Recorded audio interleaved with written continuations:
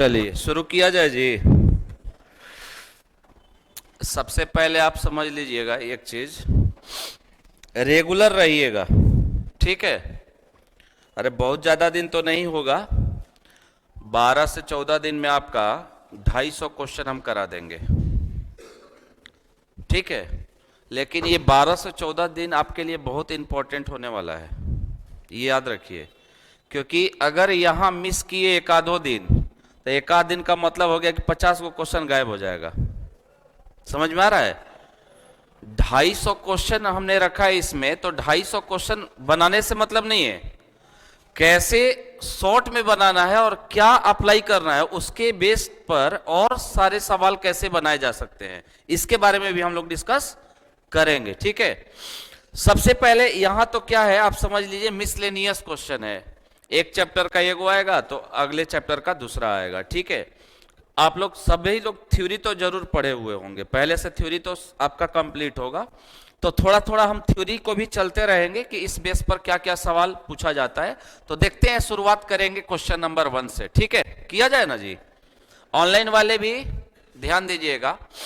जैसे question number 1 हमारे पास इस प्रकार से दिख रहा है कि एक थैले में 1 रुपए, 2 रुपए और 5 रुपए के मूल्य वर्ग के रूप में 420 रुपए हैं। कितने रुपए हैं? 420 रुपए हैं। कह रहा है मेरे दोस्त, थोड़ा सा ध्यान देना, क्वेश्चन कह रहा है कि 1 रुपए, 2 रुपए और 5 रुपए के सिक्कों की संख्या का अनुपात दिया हुआ है 8:1:5। ध्यान से सुनिएगा, जब मूल्य दिया हुआ रहेगा ना मेरे दोस्त, जब भी मूल्य दिया हुआ रहेगा तो सिक्कों की संख्या का रेशियो देगा, और जब सिक्कों की संख्या दी हुई रहेगी ना तो यहां आपका मूल्य का रेशियो दिया हुआ रहेगा। एक चीज ध्यान से गौर करना, हमने क्या कहा कि जब यहां रुपया दिया हुआ है 420 रुपए है उस थैले में, तो यहां क्या देगा? सिक्कों की संख्या का अनुपात देगा, और अगर यहां सिक्कों की संख्या दे दी गई तो यहां आपका मूल्य का रेशियो देगा। मेरी बात समझ में आ रही है? कहने का मतलब क्या हुआ, हम आपसे कहेंगे कि मेरे जेब में 10 रुपया है। कितना रुपया है? सब चवन्नी है, तो बताइए कितने चवन्नी होंगे? मेरे जेब में कितने रुपए हैं? 10 रुपए है, और सब का सब क्या है? चवन्नी है। चवन्नी का मतलब समझते हो? 25 पैसा है। तो बताइए मेरे जेब में कितने सिक्के होंगे? 40 होंगे। कितने सिक्के होंगे? 40 सिक्के होंगे। दूसरा, अगर मैं कहूं अब ऐसे क्वेश्चन को पलट के कि मेरे जेब में 40 को सिक्के हैं। कितने सिक्के? सब जो है 20 पैसा वाला सिक्का है। कै रुपया होगा? अब बताओ, हमने क्या कहा? फिर से समझिएगा, हमने कहा कि मेरे जेब में कितने सिक्के हैं? 40 सिक्के हैं, और सब 20 पैसा वाला सिक्का है, तो कै रुपया होगा? 8 रुपया होगा। कुछ नहीं करना है, 40 गुना 20, 40 गुना 20 बराबर 800। 800 पैसा हो गया। 800 पैसा का मतलब कितना रुपया? ये बात सभी को समझ में आती है ना? अब ध्यान से देखो, कह रहा है एक थैले में 1 रुपया, कुछ भी नहीं होता ये सवाल में, 1 रुपया, 2 रुपया और क्या है भाई? 5 रुपया। मूल्य वर्ग के सिक्के हैं, और इनकी संख्या का अनुपात यहां लिख देना। संख्या का रेशियो जो दिया हुआ है ना, वह दिया हुआ है 8:1:5। कितना? 5। 8:1:5। क्लियर है? अब ध्यान से सुनो बाबू, अगर हम यहां मूल्य की बात करें, अच्छा ये बताओ, 1 रुपया के अगर 8 को सिक्का होगा तो कितना रुपया होगा? 8 रुपया होगा। 2 रुपए के अगर 1 सिक्के होंगे तो 2 रुपया होगा, और 5 रुपए के 5 सिक्के होंगे तो कितना? 25 रुपए। यानी टोटल जो धन होगा उस थैले में 8 2 10 और 25 35 रुपया होगा। टोटल धन हुआ 35, और 35 का वैल्यू दिया हुआ है कितना? 420। तो हमसे कह रहा है थैले में रुपए 5 के सिक्के कितने हैं? 5 के सिक्के कितने हैं बाबू? 5 ही है। तो 1 का वैल्यू मतलब 420, 35 का मान 420 है, इसलिए किसका वैल्यू निकाल दो? 5 का। 5 से 7 बार में और 7 से 60 बार में, यानी सिक्कों की संख्या हो जाएगी कितनी? 60। क्लियर है? लेकिन ध्यान से सुनो, यहां पर कहां फंसिएगा, थोड़ा सा ध्यान से समझना। यहां क्या था? सब का सब रुपया में था, सिक्कों में भी था। अब एक सवाल यहां पर एक्स्ट्रा हम लोग करेंगे, और वो सवाल क्या होगा थोड़ा सा बात समझना। लिख लो, पहले लिखो सवाल। एक सवाल लिखिएगा, एक थैले में एक थैले में 5 रुपए, 10 रुपए और 20 रुपए वाले, एक थैले में 5 रुपए, 10 रुपए और 20 रुपए वाले नोटों के मूल्यों का अनुपात, नोटों के मूल्यों का अनुपात, नोटों के मूल्यों का अनुपात 4:3:2 है। 4:3:2 है। 4:3:2 है। यदि उस थैले में कुल नोटों की संख्या, यदि उस थैले में कुल नोटों की संख्या 360 हो, 360 हो, तो 20 रुपए वाले नोटों का मूल्य ज्ञात करें। तो 20 रुपए वाले नोटों का मूल्य ज्ञात करें। तो 20 रुपए वाले नोटों का मूल्य ज्ञात करें। तो 20 रुपए वाले नोटों का मूल्य ज्ञात करें। ठीक है, ध्यान से सुनिएगा। हमने क्या कहा है मेरे दोस्त, बात को समझना थोड़ा सा। हमने कहा है कि अब हमारे पास दिया हुआ है क्या, कि एक थैले में कौन कौन से नोट हैं? 5 रुपया, उसके बाद बोलो 10 रुपया और उसके बाद 20 रुपए वाले नोट हैं। ठीक है, नोट हैं। इनके मूल्यों का रेशियो दिया हुआ है, ध्यान से समझना। मूल्यों का रेशियो क्या दिया हुआ है जी? 4:3:2। थोड़ा सा ध्यान देना बाबू। और नोटों की कुल संख्या दे दिया है कितना? 360। नोटों की संख्या कितनी? 360। अच्छा, सिंपल सा लॉजिक है। हम तुमसे सवाल पूछेंगे कि मेरे जेब में 4 रुपया है। कितना रुपया है बताओ? 5 रुपया वाला कितने नोट हैं? एको को नहीं होगा ना हो। क्या कहिएगा, सुन लीजिए पहले बात को। मेरे जेब में कितना रुपया है? 4 रुपया है। हम कहेंगे कि मेरे जेब में 5 रुपया वाला कै गो नोट होगा? कहेगा मास्टर बौरा गया। नहीं कहेगा, बिल्कुल कहेगा। अरे भाई 5 रुपया के अगर एक नोट भी होगा तो कै रुपया हो जाएगा? 5 रुपया। यहां देखो मेरे जेब में कितना रुपया है? 3 रुपया है। हम कह देंगे कि बताओ 10 रुपया वाला कै गो नोट होगा? तो बता पाइएगा? नहीं बता पाइएगा। तो एक कंसेप्ट आपका यहां से निकल के आएगा। अब वो कंसेप्ट आपको पता है कि अगर कोई रेशियो दे रखा है 2:3, 2:3 कोई रेशियो दे रखा है, इसमें हम अगर 5 से गुना कर दे तो 5 दूना 5 तिया, ये संख्या जरूर परिवर्तित हो गई मेरे दोस्त, लेकिन रेशियो अभी भी क्या है? वही है। अगर किसी संख्या, यदि किसी रेशियो में आप किसी भी नंबर से मल्टीप्लाई करते हैं तो संख्या जरूर परिवर्तित हो जाती है, बट रेशियो आपका ज्यों का त्यों रहता है। तो एक काम करो, 5 रुपए से 4 रुपया नहीं बन सकता है, तो हम क्या करते हैं? इसमें 10 से गुना कर सकते हैं। 10 से गुना कर दें तो 10 से गुना करेंगे तो ये हो जाएगा कितना? 40। ये बोलो और ये बोलो 20। अच्छा, अब तुमसे हम सवाल पूछेंगे, यहां ध्यान से सुनिएगा कि सर मेरे जेब में टोटल 40 रुपया है। कितना रुपया है? 5 रुपया वाला कै गो नोट होगा? 8 गो। तुरंत कहेगा कितना? 8 गो नोट होगा। क्लियर है? मेरे जेब में 30 गो रुपया है, तो बताओ 10 रुपया वाला कै गो नोट होगा? 3 गो नोट होगा। चलो भाई, 8 गो नोट इसका, 3 गो नोट इसका। अच्छा, अब कहा गया कि मेरे जेब में 20 गो रुपया है, 20 रुपया वाला कै गो नोट? 1 गो नोट। क्लियर है? तो बताओ 8 3 11 1, टोटल नोटों की संख्या 12 हो गई। टोटल नोटों की संख्या कितनी? टोटल नोटों की संख्या अगर 12 हो गई मेरे दोस्त, तो 12 का वैल्यू दिया हुआ है कितना? 360। तो 1 का वैल्यू तो हो जाएगा 30। 1 का वैल्यू 30, यानी 20 रुपए वाले नोट कितने थे? 30 गो।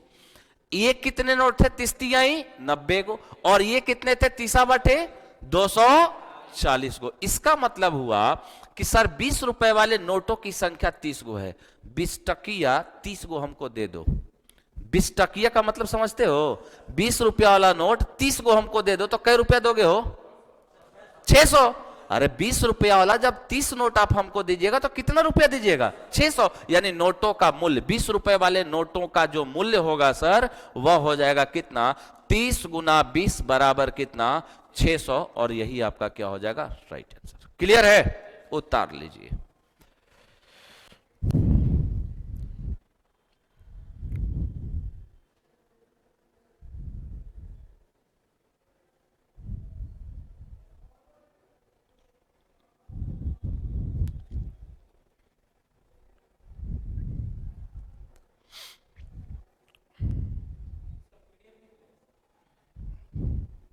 मिलेगा, सब मिलेगा।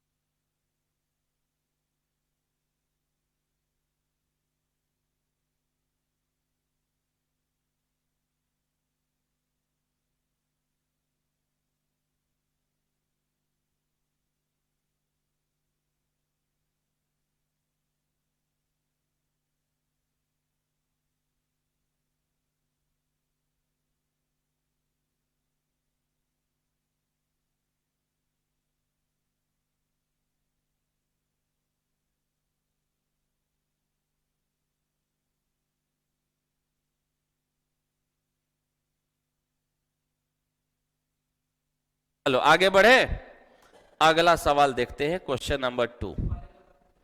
इसको उतार लो जल्दी से।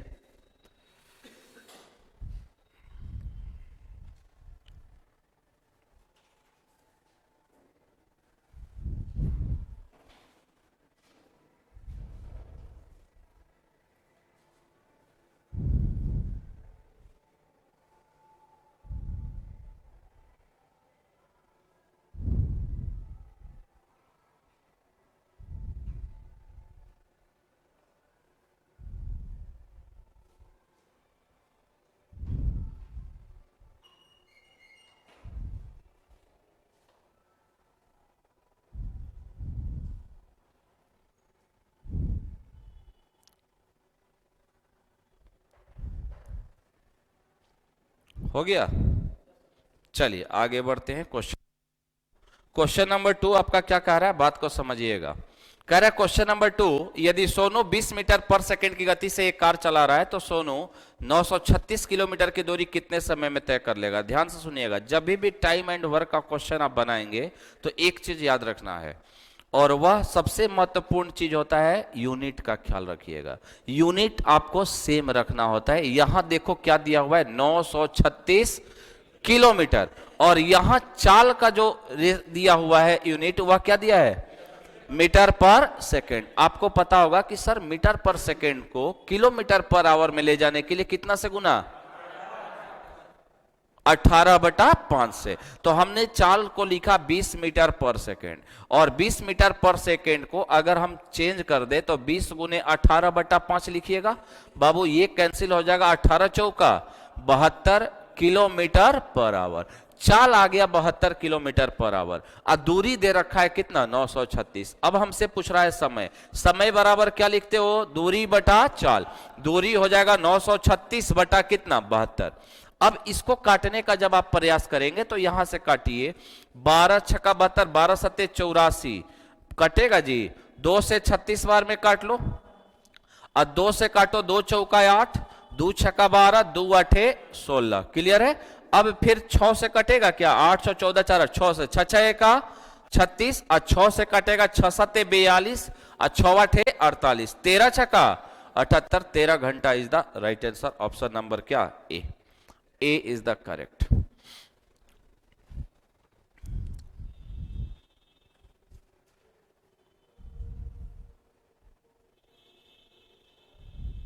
ठीक है, आगे बढ़िए।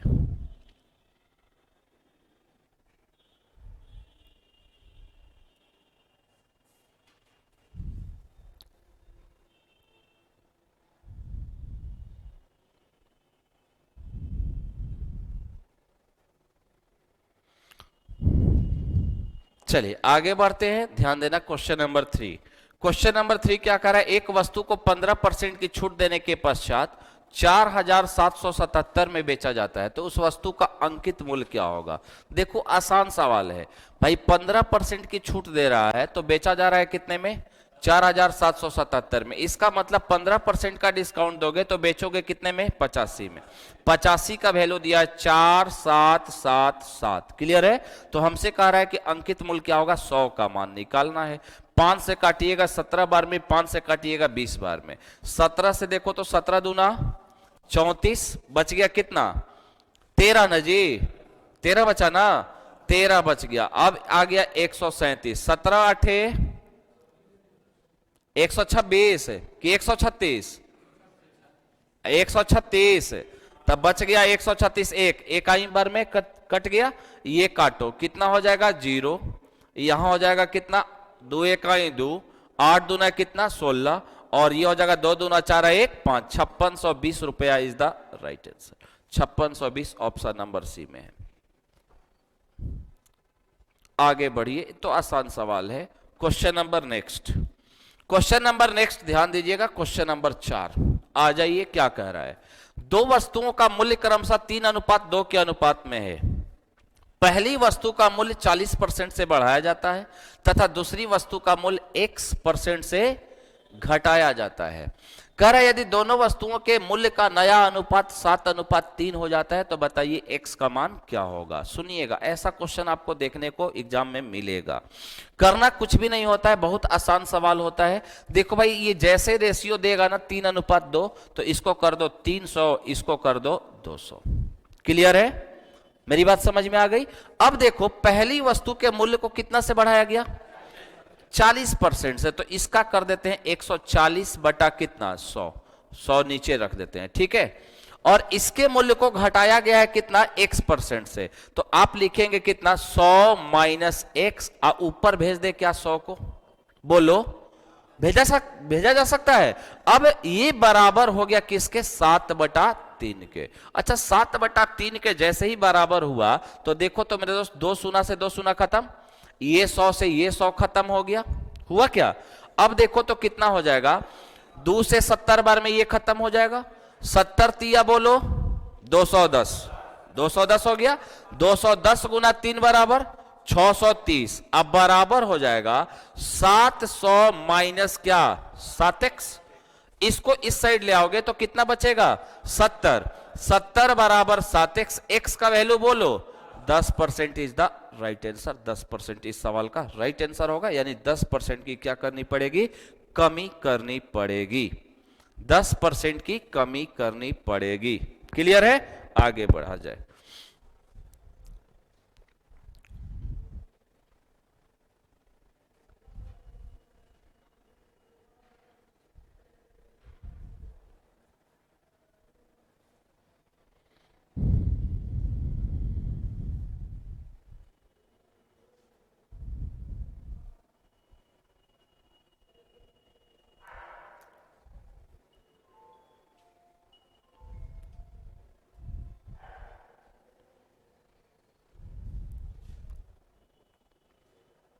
बढ़े, क्वेश्चन नंबर 5 आ जाइए।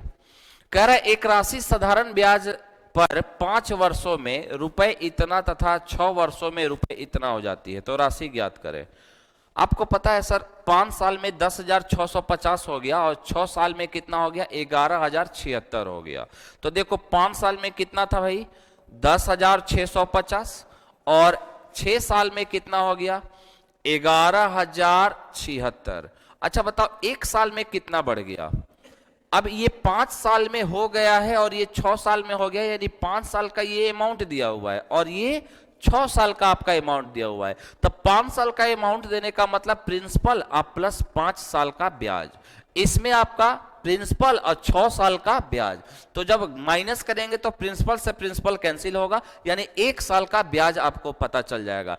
1 साल का ब्याज कितना हो गया? तो देखो 6 में से 6, ये कितना हो जाएगा? 2, ये कितना हो जाएगा बाबू?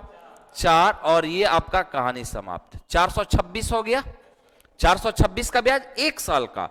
1 साल का 426 है तो 5 साल का हो जाएगा 4 पचे 20, 2130। 2100 कितना? 30 रुपया। ध्यान दो कैसे हमने गुना किया। तो यहां से 400 गुने 5 2000, और 26 गुने 5 130 जोड़ दिया तो 2130। अब देखो ये 10,650 में 2130 रुपया बढ़ा होगा ना, तब ये 10,650 हुआ होगा। यानी प्रिंसिपल का जो वैल्यू होगा वह हो जाएगा 10,650 अब माइनस कितना 2130। यहां से माइनस करोगे तो ये हो जाएगा 0, ये हो जाएगा 2, ये हो जाएगा आपका 5, ये हो जाएगा कितना 8, 8500 कितना 20 रुपया is the right answer. Option number क्या डी। अब यहां एक चीज और, रेट ऑफ इंटरेस्ट भी निकालने के लिए आपको पूछता है। तो रेट ऑफ इंटरेस्ट जब निकालने की बात की जाएगी तो बाबू आप ध्यान देंगे, दर बराबर आप क्या पढ़े हैं, ब्याज गुना 100। अब ब्याज देखो 426 भी रख सकते हो, 2130 भी रख सकते हो। जब 426 रखोगे तो समय 1 साल रखोगे, जब 2130 रखोगे तो समय 5 साल। तो ब्याज आपका हो गया 426 ब्याज गुना 100। मूलधन के जगह पर आप रखेंगे कितना 8500 कितना 20 को, अगुने समय कितना रखें 1 साल, समय रखेंगे 1 साल। काटिए छाटिए, 426 से कटेगा, 2 से काट लो तो ये हो जाएगा 213। 2 बार में कट रहा है, चलो भाई 2 बार में कट गया तो 2 से बाबू ये हो गया 5% इज द राइट आंसर। उतार लीजिए।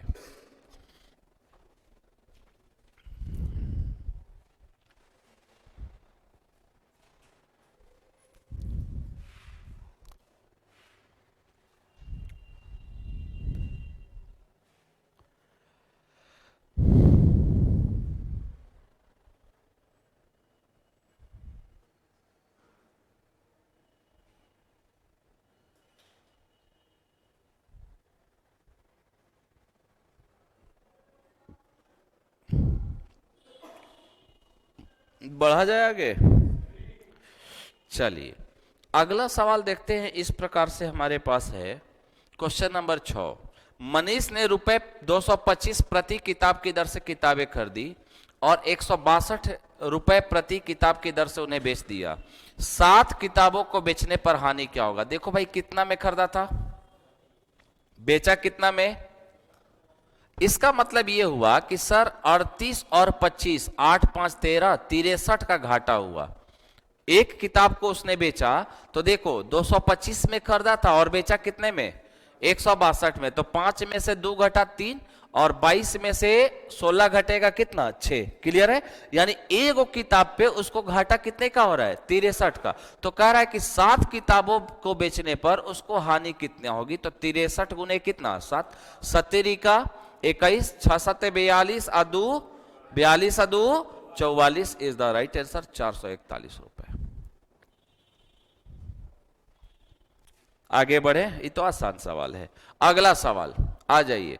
करें यदि 5 निरीक्षणों A1 A2 A3 A4 A5 का एवरेज n है तो कह रहा है 5 नए निरीक्षणों A1 -100 A2 -100 A3 -100 का एवरेज क्या होगा। तो 5 नए निरीक्षण छोड़ दिया क्या A1 -100 A2 -100 A3 -100, यहां लिखिएगा A4 -100 और यहां लिखिएगा क्या A5 माइनस क्या 100। तो 5 नए निरीक्षणों का एवरेज क्या होगा। थोड़ा सा बात समझिएगा। 1 5 7 हमने 3 प्रेक्षण लिख दिया। यहां बाबू 4 की वृद्धि कर दो तो ये हो जाएगा कितना 5। यहां भी 4 की वृद्धि कर दो तो ये हो जाएगा 9 और यहां भी 5 की वृद्धि कर दो तो 4 की वृद्धि कर दो तो ये हो जाएगा 11। सबसे पहला कंसेप्ट आप समझ लीजिए कि इन तीनों का एवरेज की बात करें तो 7 5 12 1 13 बटा कितना हो जाएगा 3। और यहां एवरेज जब बात करोगे ना तो 11 9 20 और 5 25 बटा कितना 3। अच्छा देखो तो प्रत्येक संख्या में कितना वृद्धि किया गया था। तो इसमें भी 4 बढ़ गया क्या। देखो तो 4 दिया कितना 12 12 और 13 25 बटा 3 हो गया।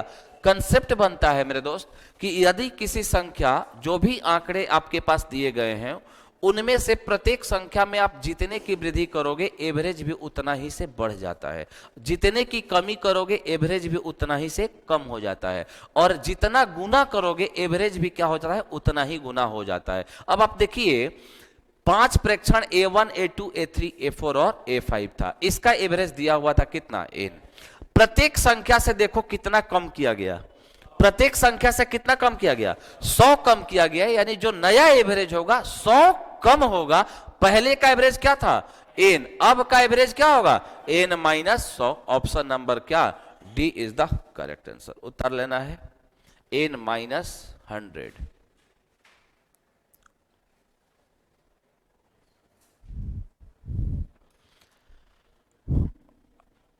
अगला सवाल चला जाए 8 नंबर क्वेश्चन हमारे पास इस प्रकार से आ रहा है। राजेश 25 किलोमीटर प्रति घंटा की गति से अपने दफ्तर जाता है और 20 किलोमीटर प्रति घंटा की घर से वापस आता है। यदि कुल उसे 9 घंटे लेता है तो उसके घर तथा दफ्तर के मध्य दूरी क्या होगी। सुनिएगा, देखो भाई, दो को स्पीड दिया हुआ है। एक तो कह रहा है कि भाई किस चाल से जाता है, 25 की चाल से जाता है, और वापस आता कैसे है। हमेशा ध्यान दीजिएगा, जब दो चाल दिया हुआ रहेगा तो हमेशा जब हम लोग बात करते हैं तो एवरेज स्पीड की बात होती है। किसकी बात होती है। अच्छा देखो, टोटल समय दिया हुआ है कितना, 9 घंटा। आप इस कंसेप्ट को जानते होंगे कि यदि कोई व्यक्ति दो समान दूरियों को x किलोमीटर पर आवर और y किलोमीटर पर आवर की चाल से तय करता है तो सर उसकी एवरेज जो स्पीड होती है वह होती है 2xy बटा क्या, x प्लस वाई। पता है सभी को। तो अब ध्यान दो, दूरी बराबर तुम लिखोगे चाल गुना समय। दूरी ना निकलना है जी, दूरी बराबर हम लिख देंगे चाल गुने समय। तो अब देखो, दो को चाल दिया है तो कौन चाल रखेंगे। तो हमेशा ध्यान देना, जब दो को चाल दिया हुआ तो ये रखा जाता है एवरेज स्पीड। क्या रखा जाता है, एवरेज स्पीड। और एवरेज स्पीड में थोड़ा सा ध्यान दीजिएगा, एवरेज स्पीड होता है 2xy बटा क्या, x प्लस वाई इंटू क्या, t। क्लियर है, इंटू t। अब देखो 2xy कितना हो जाएगा बाबू, 2 गुने कितना 20, अगुने कितना बोलो 25, अब बटा कितना 45, अगुने कितना 9। अच्छा 9 से 9 पचे 45, अब 5 चौका 20, 4 दूनी 25 बटे 200। है ऑप्शन में क्या, नहीं है। अब सुनना, यहां ध्यान से सुनना, ये क्या है बाबू, ये टोटल दूरी निकल गई। टोटल दूरी का मतलब हुआ जाने का भी और आने का भी। हमसे पूछा गया है कि उसके घर तथा दफ्तर के मध्य की दूरी क्या होगी, यानी खाली जाने का, आना था खाली आने का। तो बताओ, जाने और आने दोनों मिलाकर चल रहा है कितना, 200। तो खाली जाएगा चाहे खाली आएगा तो कितनी दूरी तय करेगा, 100 किलोमीटर, यानी दूरी हो जाएगी कितनी, 100 किलोमीटर। ऑप्शन नंबर क्या, ए। अब ध्यान देना, ये क्यों हमने बताया बाबू, सवाल यही रहेगा, ऐसे कहेगा, सुनना कि आधी दूरी चला 40 की चाल से, चाहे 20 की चाल से, अब फिर शेष आधी दूरी 25 की चाल से, तब एवरेज, तब आपका 9 घंटा लगा, तब टोटल दूरी क्या होगी, तब टोटल दूरी होगी क्या, 200।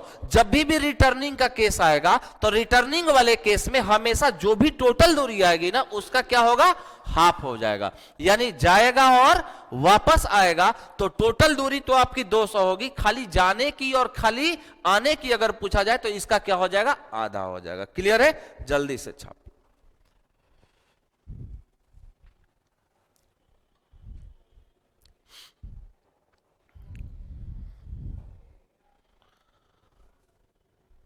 नेक्स्ट क्वेश्चन की अगर बात की जाए तो नेक्स्ट क्वेश्चन हम लोग के पास इस प्रकार से है, बढ़ा जाए,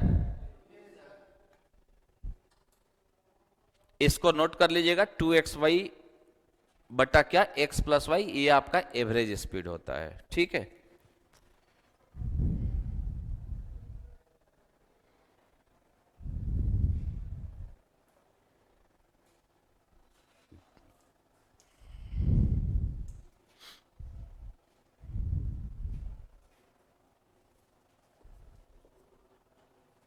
बढ़े।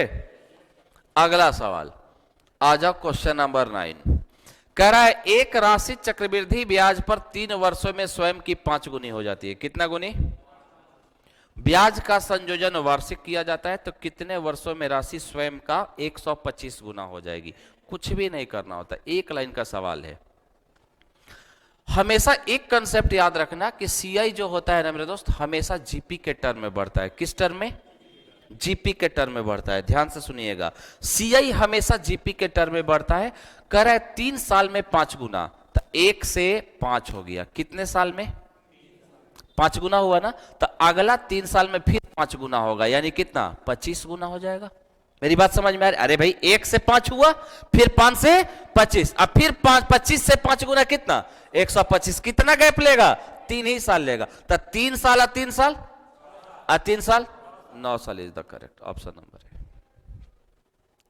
समझ में आया? हमने क्या कहा, हमेशा जीपी के टर्म में बढ़ता है। 5 गुना हुआ है ना, तो 1 से 5 हुआ, फिर 5 से अगले 3 साल में कितना 25 हो जाएगा, फिर 25 से अगले 5 साल में क्या हो जाएगा 125 हो जाएगा। हमसे पूछ रहा था कि बताइए 125 गुना होने में कितना समय लगेगा, तो 3 साल और 3 साल 6 साल और 3 साल 9 साल is the right answer. Clear है? अगला सवाल, अगर हम एक सवाल और यहां करें, थोड़ा सा क्वेश्चन नोट कीजिएगा। यदि कोई धनराशि यदि कोई धनराशि 10 वर्षों में दोगुनी हो जाती है, 10 वर्षों में दोगुनी हो जाती है, 10 वर्षों में दोगुनी हो जाती है, 10 वर्षों में दोगुनी हो जाती है, तो 40 वर्षों में कितनी हो जाएगी? 40 वर्षों में कितनी हो जाएगी? 40 वर्षों में कितनी हो जाएगी? यदि मूलधन का मान 12,000 हो, यदि मूलधन का मान 12,000 हो, यदि मूलधन का मान 12,000 हो, यदि मूलधन का मान 12,000 हो, यदि मूलधन का मान क्या हो 12,000 रुपए हो, मूलधन का मान क्या हो 12,000 रुपए हो। ध्यान दीजिएगा, क्या हमने कहा है भाई, बात को समझिएगा। कह रहे 10 वर्षों में कितना गुना हो रहा है?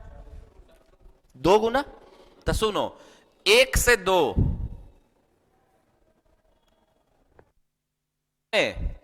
10 साल में, 10 साल में हमसे पूछा क्या है 40 साल में। तो देखो पहल का 10 साल में 2 गुना हुआ, तो अगला 10 साल में क्या हो जाएगा? इसका 2 गुना 4 होगा ना जी। अगला 10 साल में बोलो 8, और फिर अगला 10 साल में कितना हो जाएगा 16 गुना। ये बात समझ में आया? यानी ध्यान दो, 10 और 10 20 और 10 30 और 10 40 साल में कितना गुना 16 गुना। मूलधन कितना दिया हुआ है 12,000, तब 12,000 का कर दीजिए कितना 16 गुना। 12,000 का 16 गुना करोगे, अमाउंट आपका आ जाएगा 1,92,000 इज द क्या 1,92,000 इस सवाल का सही उत्तर हो जाएगा। अगला सवाल एगो और लिखिए, यहीं पर कोई कंफ्यूजन क्रिएशन नहीं रहेगा, कोई कंफ्यूज नहीं करेगा। लिखो भाई,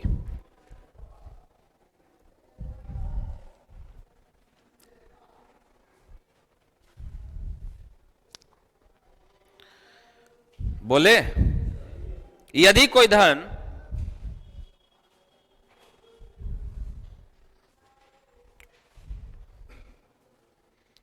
2 वर्ष में 4 गुना, 2 वर्ष में 4 गुना, 2 वर्ष में 4 गुना हो जाता है,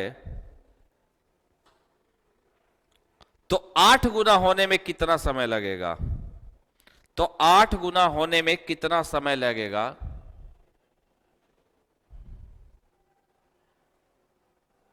8 गुना होने में कितना समय लगेगा यदि ब्याज वार्षिक संयोजित होती हो, यदि ब्याज वार्षिक संयोजित होती हो, यदि ब्याज वार्षिक संयोजित होती हो, यदि ब्याज वार्षिक संयोजित होती हो। बनाइए तो, what will be the answer?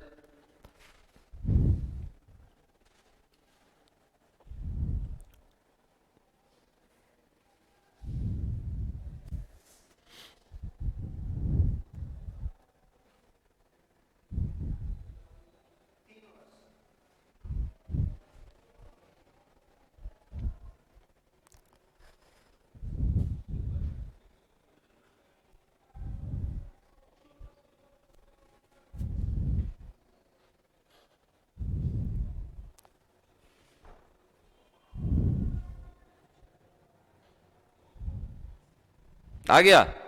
देखो कुछ भी नहीं करना है, आप सिंपल सा लॉजिक समझो। हमने क्या बोला है कि यदि कोई धनराशि 2 साल में कितना, 2 साल में 4 गुना, तो इसका मतलब हुआ कि ध्यान देना, पहिल का 1 साल में 2 गुना हुआ होगा, पहिल का 1 साल में क्या हुआ होगा, 2 गुना, फिर अगला 1 साल में क्या हुआ होगा, 4 गुना। तो देखो 2 साल में 4 गुना हो गया ना, एक का एक कितना, 2 साल में 4 गुना हो गया। अच्छा, तो 1 से 2 हुआ, 2 से 4 हुआ, तो 4 से 8 होगा, और कितना समय लेगा, 1 साल। तो 1 का 1, 2 का 1, 3 साल इज द राइट आंसर, 3 साल इज द करेक्ट। क्लियर है? ठीक है, आगे बढ़े।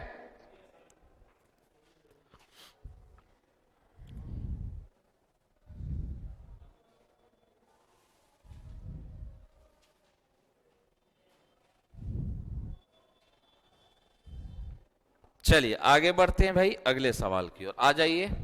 10 नंबर कह रहे अध्यापक के वजन को शामिल करने पर 22 छात्रों के एक समूह की औसत आयु 1 किलोग्राम से बढ़ जाती है। यदि 22 छात्रों के प्रारंभिक औसत वजन 31 किलोग्राम था, तो बताइए अध्यापक का वजन क्या है। सुनना, क्या करने पर, शिक्षक की आयु को शामिल करने पर 22 छात्रों के एक समूह की औसत आयु कितनी बढ़ जाती है, 1 किलो। तो हमसे कहा जा रहा है कि अगर बच्चों की औसत आयु कितनी थी, 31, माने एवरेज का मतलब होता है प्रत्येक बराबर बराबर थे, हर बच्चा 31 साल का था। ठीक है, मास्टरों साहब के मान लेते हैं 31 साल के। मेरी बात समझ में आ रही है? हमने क्या कहा, मास्टर साहब की आयु भी हम मान लेते हैं कितना, 31 साल, लेकिन मास्टर साहब के आने के कारण इन सभी बच्चों के एवरेज पर जो प्रभाव पड़ा है वह 1 से बढ़ गया है। पहले कितने बंदे थे भाई, पहले 22 बंदे थे, जब एक शिक्षक आ जाते हैं तो कितने बंदे हो जाएंगे, 23, प्रत्येक का 1-1 साल बढ़ेगा, तो 23 इकाई 23 साल आपका योग बढ़ जाएगा। यानी जो 23 साल योग बढ़ रहा है ना, शिक्षक की आयु 23 साल क्या होगी, अधिक होगी, अधिक होगी। 23 जोड़ दो, आंसर हो गया 4 और ये हो जाएगा 5, 54 साल इज द करेक्ट ऑप्शन। समझ में आया? नहीं समझ में आया तो सुनो, आओ इससे भी। अब क्या करना, एक कंसेप्ट समझना बाबू इस प्रकार से, ठीक है। ये एलिगेशन आप जानते हैं पहले से, ठीक है। इधर हमेशा तुम रख देना व्यक्तियों की संख्या, क्या रखोगे, व्यक्ति की संख्या। सुनिएगा, यहां जितना व्यक्ति रखोगे ना, उसके औसत को यहां रखोगे, और यहां जितना व्यक्ति रखोगे उसके औसत को यहां रखोगे, ठीक है। इधर रखना तुम क्या, एवरेज को, ठीक है, एवरेज को। यहां देख लेना कि एवरेज बढ़ रहा है कि कम हो रहा है, वृद्धि हो रही है या कमी हो रही। और इधर भी तुम देख लेना, देखना भाई ये पेन गिरा है, छपेगा पेपर में। अब ध्यान देना, इधर भी अगर बात करें तो इधर भी आपका क्या हो जाएगा, वृद्धि हो रहा है या कमी हो रहा है। अब क्या करना है, बात को समझना। अगर हम बात करें तो यहां जितना वृद्धि लिखोगे ना, उसका गुना इसके साथ कर देना, और इसका गुना इसके साथ कर देना। देखो दोनों तरफ अगर वृद्धि होगी, दोनों तरफ क्या होगी, वृद्धि, तो इन दोनों को गुना करने के बाद आपस में जोड़ दोगे, तो जोड़ने पर जितने व्यक्ति यहां शामिल होंगे ना, उन सभी के आयु का योगफल आ जाएगा, ठीक है। अगर दोनों तरफ कमी होगी तो भी मल्टीप्लाई करने के बाद जोड़ना है, लेकिन एक तरफ अगर वृद्धि होगी और दूसरे तरफ क्या होगी, कमी होगी। सुनिएगा, दोनों तरफ लेफ्ट और राइट हम लिख देते हैं, ये आपका राइट हो गया और ये आपका क्या हो गया, लेफ्ट हो गया। दोनों तरफ अगर वृद्धि होगी तो मल्टीप्लाई करने के बाद आपको जोड़ना है, ठीक है। दोनों तरफ अगर कमी होगी तो मल्टीप्लाई करने के बाद जोड़ना है। लेकिन अगर एक तरफ वृद्धि होगी और दूसरी तरफ क्या, कमी होगी, उस केस में मल्टीप्लाई करने के बाद क्या करना, घटाना। लेकिन बाबू बड़का में से छोटका को घटाना, जो घटाने पर आएगा वही उस सभी व्यक्तियों के आयु का योगफल आ जाएगा जो व्यक्ति शामिल होंगे। जैसे हमारे पास सवाल कह रहा था कि कितने व्यक्ति थे भाई, बोलो 22 छात्र थे, और 22 छात्र का एवरेज दिया हुआ था कितना, 31। क्लियर है, क्लियर है। अब कह रहा है कि एक मास्टर साहब आ जाते हैं, एक शिक्षक आ जाते हैं, एक शिक्षक आ गए, और एक शिक्षक के आने से अब व्यक्तियों की संख्या कितनी, 23, और एवरेज भी कह रहा है 1 से बढ़ जाता है, यानी एवरेज 1 से बढ़ेगा तो अब हो जाएगा कितना, 32 होगा। कुछ भी नहीं करना, शिक्षक एक एक चूंकि शिक्षक शामिल हो रहे थे तो इस शिक्षक की आयु जब निकालोगे तो आप लिखोगे सर शिक्षक की आयु बराबर क्या 1 गुने 22 बराबर 22 और 1 गुने 32 बराबर क्या 32। यानी आप कहोगे सर 22 जोड़ क्या 32 जोड़ दो, कितना आ जाएगा 54 साल is the right answer. Clear है, छाप लीजिए।